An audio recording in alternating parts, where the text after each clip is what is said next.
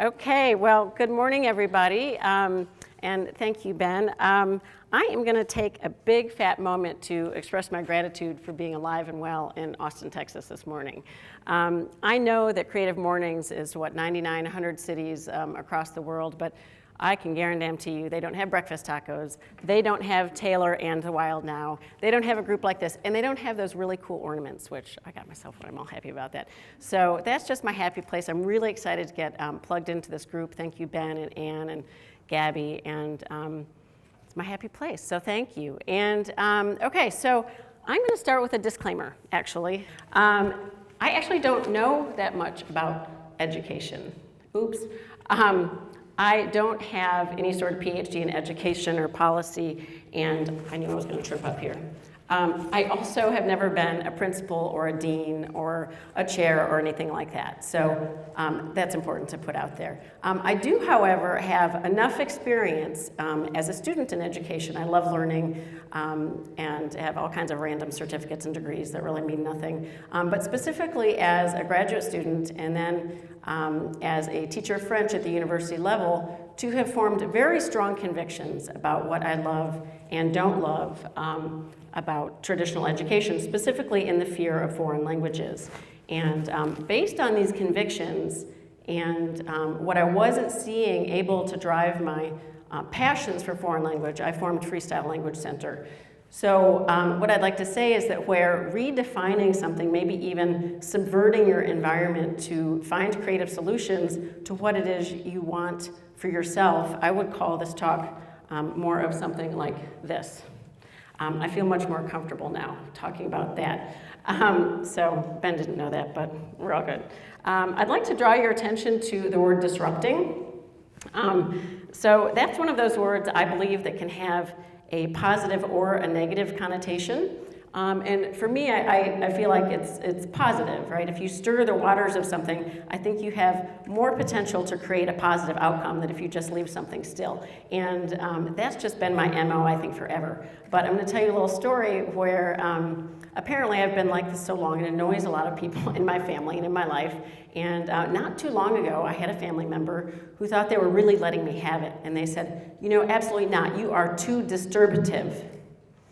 And so as I was reeling from the grammatical non-word hybrid of that, in that Bushism way, you know, don't you misunderestimate me, I'm thinking, really? I'm disturbative. This is awesome. I'm so excited because to me, that brings potential for positive things. The other thing I would like to say about education before we move on is that I know that there are most language professors way better at what they do than what I do, and that I learned everything I know from the absolute best people, specifically at the University of Texas, and it's only slightly terrifying that a few of them are here now, but that's all cool. So, but seriously, they continue to inspire me and teach me. Specifically, they put up with me and tolerate me because I'm kind of like this little puppy that doesn't go away, and I say, what are we learning? What do you have new for me in languages?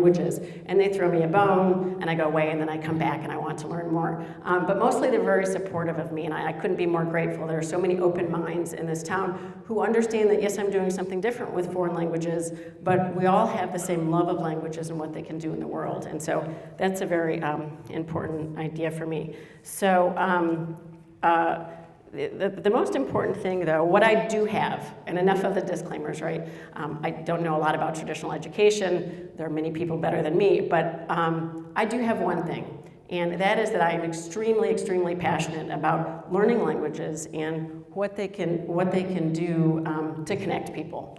And so passionate that this has actually become the mission statement. This is the official mission statement of Freestyle Language Center. And of course, we can't have a normal mission statement because I'm too disturbative for that. But that if you look at this for a minute, and many of you have maybe already seen this, to me, what is really important about that is that speaking another person's language isn't just the way to their heart, it's also the way to their mind and how they think. And many of you may already know this, but Nelson Mandela, when he was imprisoned in South Africa, learned Afrikaans. And in fact, I think Afrikaans was on that little image, which was very appropriate.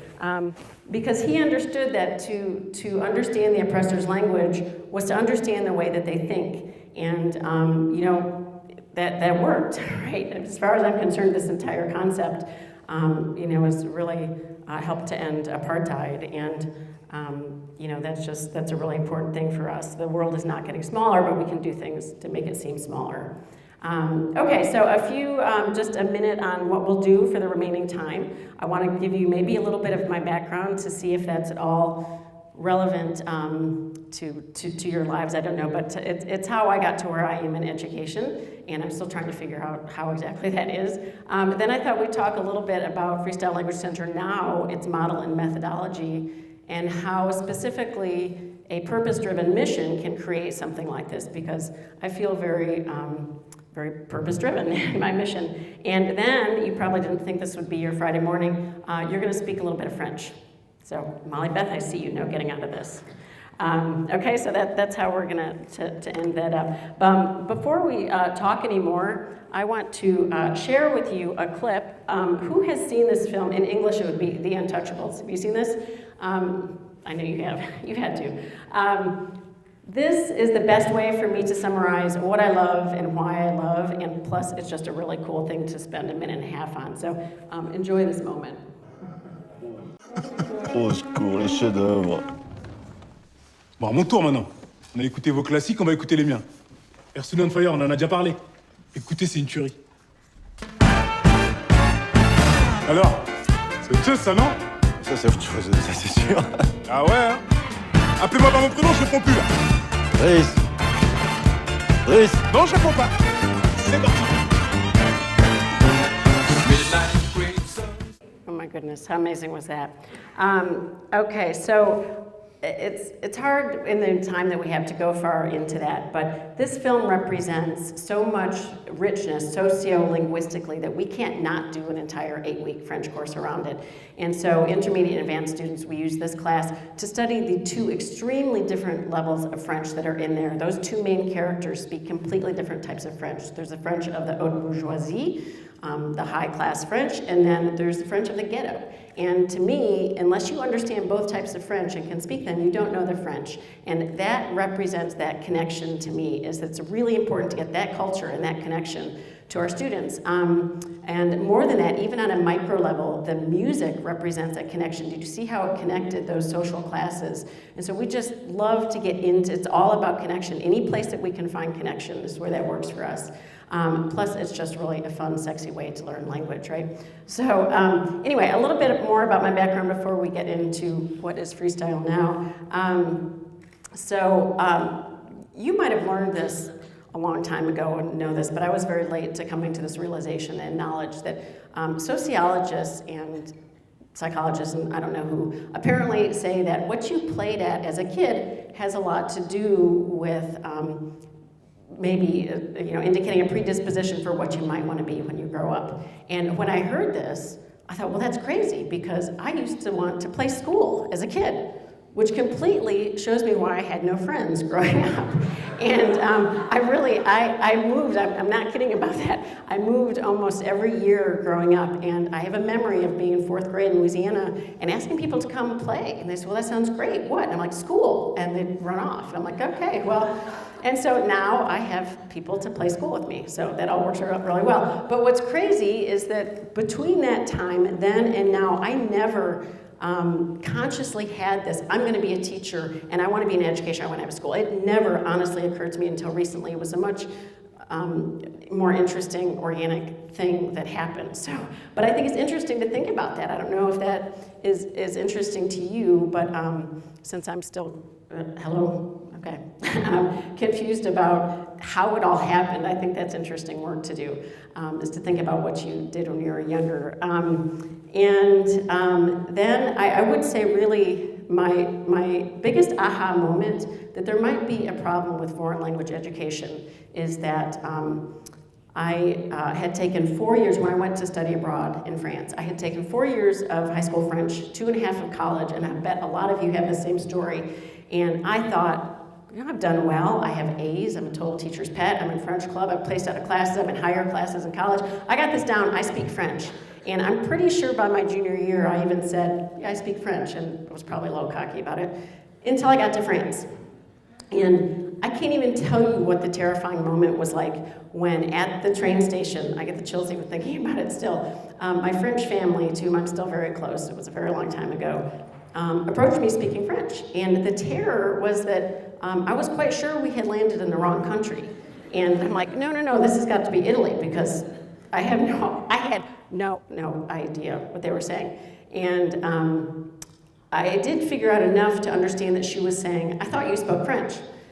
And I'm like, oh God. And so it just set off this weeks. I had my brain, I don't know, I had migraines every day trying to figure out what the heck this was.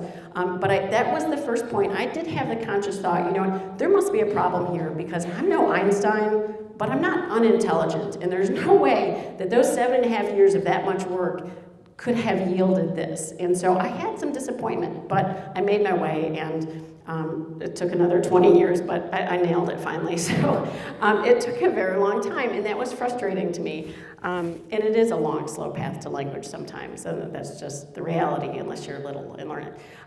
But anyway, fast forward to, I would say about 10 years ago, and I was at a real crossroads in my life, was getting a divorce. I had 2 very little children, about 2 and 4 years old, and needed to get, should have gotten a stable job, and my family wanted me to get a job in marketing. I had a background in marketing and a degree in marketing, so that made every bit of sense.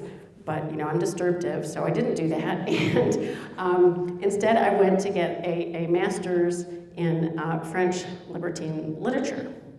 And because that's so useful in the middle of Texas. So I don't know what, but I was insistent on being around people who loved what I loved. That was my main goal there. And let's face it also, that libertine literature is really just an intellectual excuse to study the dirty stuff.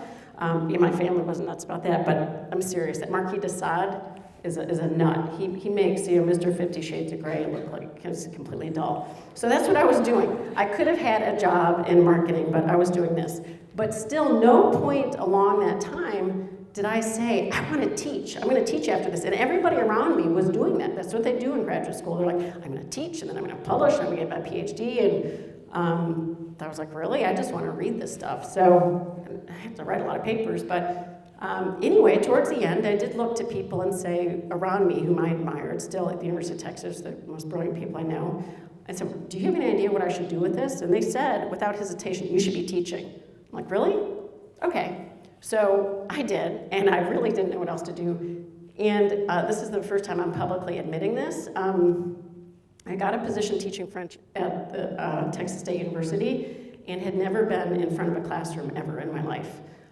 They didn't know that when they hired me because I'm disturbative, right? So, but I knew from day one that I was in my happy place, and I loved what I was doing, even though the students were made to be there and they weren't very happy about it. But you know, they're texting and they're in their pajamas. I'm like, yay, French. But I realized pretty quickly over time that I was becoming disenchanted with what that looked like. They were stressed. I hated grading papers. As many of my friends, they're like, I'm so tired of you complaining about grading papers. I just felt like that was really unproductive time. I'm like, what are we doing? We're grading papers. But more than anything, it was not effective. Students weren't coming out learning, and it was also culturally a little bit dry. I'm like, nobody knows who Edith Piaf is. I can't stand this. You know? So I didn't have the space I needed to make that effective. And so flash forward to Freestyle Language Center, and where we have language learning very different from the classrooms that I was experiencing at Texas State. And so we have a completely different thing. We're 3 years into it now, and I'm really excited to be able to share with you that this is effective and that my dream is coming true. And when I say it's working, I mean 2 different things. It's working because people are becoming proficient and speaking and acquiring the language, and because they're connecting through language. And like I said, connection is really what we're all about. And so to me, it's really exciting to say that we have a proven methodology now. I can list, you know, I have in my mind a few students who started brand new with us in a little over a year can hold an hour conversation. And that's really exciting because I was pretty sure it was going to work, but not completely sure. And that's really great to be able to say. And it's not that, again, I need to defer to this, that other people and where they're teaching are no less good. It's just that the model's not set up for proficiency. And so that it really hinges on that when you do things with language, you learn the language. And so what's great is that we're not just doing it to have fun. Second language acquisition theories support this idea that there's a few things that you have to do to really acquire the language, especially as an adult, because we only teach adults.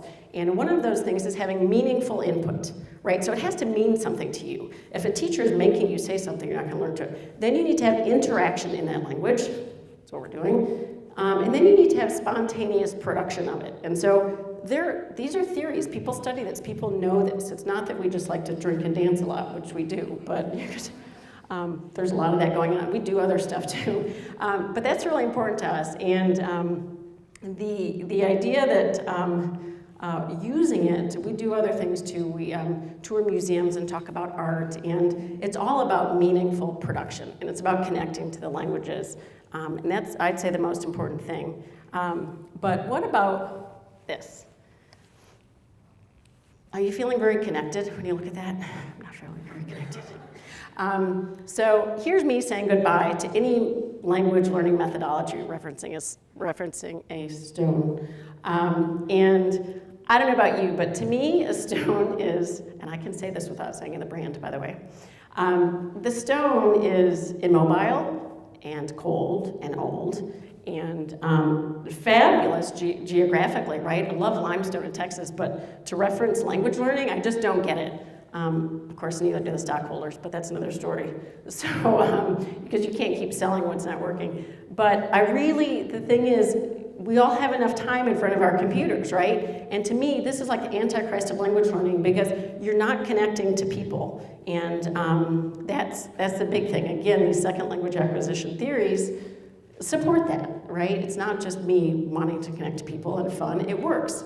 But I'd like to point out that second language acquisition theories also talk about the importance of mood and attitude of the learner, and that if there's too much stress going on, back to the whole college setting, you can't learn languages, and that you can get a mental block, and that happens pretty easily, especially with languages. But I will tell you that also, this isn't my last time to refer to Nelson Mandela, that he was also known to talk a lot about the obstruction of inhibition in language learning. And so that again really indicates to us that, there's a lot that needs to be done. And so we have our own way of dealing with mood and inhibition at Freestyle. And that's what we do. I'm actually very serious about this, which is why this model won't work for younger kids. I say absolutely. I'm telling you, and I think probably a lot of you in this room know this. You're like, oh my God, I sound good. I'm gonna have another glass of wine, then I'm gonna go talk to that guy. But we do wine tastings in each of our languages, and this goes a long way to build proficiency in the language because you are learning in your target language how to describe their wine. You talk about your food pairings. You talk about the regions where it comes from, and let's face it, the more you taste, the better you sound. And so it's just a win-win situation for everybody. But we do a lot of other things too, and but mostly wine helps. Everything that we do at Freestyle that makes it relevant and social, we also have a curriculum that is very driven towards this idea of the fifth skill there in the center. And again, I learned that from the University of Texas and Tom Garza and Orlando Kelman, people like that, where language can't really exist without culture and vice versa. But how do you get that in when you have limited classroom time and everybody's still using textbooks? So we use media, like you saw with the film. We use music, which you're about to hear. This is when you get to learn your French. We use things like, we have a very interactive language learning blog where we interview people around Austin in their native language so that our students can hear the Italian, the Spanish, the Portuguese, the French in their native language, and then we connect with the larger community in the same way. So again, it's all about connecting and language. And by the way, there are so many more cultures in Austin than I think a lot of people really know about. Okay, here we go. This is probably pretty close to running out of time, but this is the fun part, and you're gonna take some French away from this. So, Who knows, and I know who knows already, so you can't say nobody, what this means. Her name is Zaz, and the song is Je veux. Who knows what Je veux means? Okay, what's it say? Yell it. I want, yes, I heard that. So I want, not I would like, but I want, which, yes, you'll be happy to know is the same verb as voulez-vous, right? Okay, somebody finish the sentence. Voulez-vous? Yeah, charming, no, but thank you. I don't want to voulez-vous coucher avec toi. So here's what's going to happen in this song, in the French that you're going to learn. And Zaz, she is top 10 right now, by the way, speaking of cultural relevancy in France. Super, super awesome. She talks in this song a lot about what she wants and what she doesn't want. And what she wants, je veux, is de l'amour. She wants de la joie and du bonheur. She wants those things. But for everything else, riches, Chanel, limousine, all these cognates you're going to hear, she says, je n'en veux pas. I don't want those things. And at some point, for some of you who know French, she says, I want to die with my hand on my heart in love. And so, of course, sensibility-wise, that's also so very French. I mean, who doesn't love that, right? So, so here's what we're going to do. So je means I, so everybody's going to say je. Ready? Je. And this is turned off. Okay. Veux. Je veux.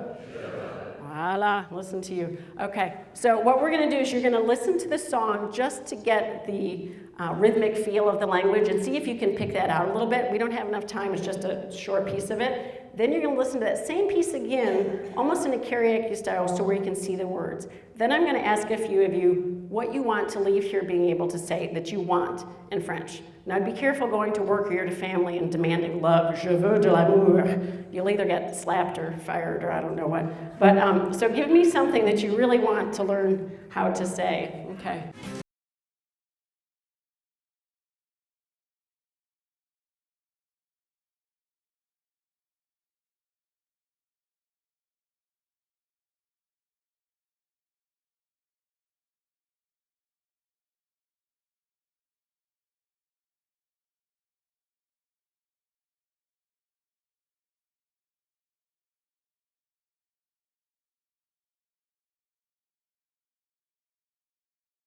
Thing somebody wants to say. What do you want today? Je veux. Molly Beth, you don't raise your hand, you're in trouble. More coffee. More coffee. Du café. Je veux du café. I think we can accommodate that, right? Je veux du café. Anyway, of course you need 20 or 30 minutes for an activity like that, but that's our language and that's what we do. I'm going to leave you with another Nelson Mandela. You can see what our mission is here. And I want to encourage everybody to go out into the world and be disturbtive. I think that can be a very positive thing. And I wish you the best in your purpose-driven mission. And I'm sure that you'll connect with the right people here at Creative Mornings. Thank you. Okay.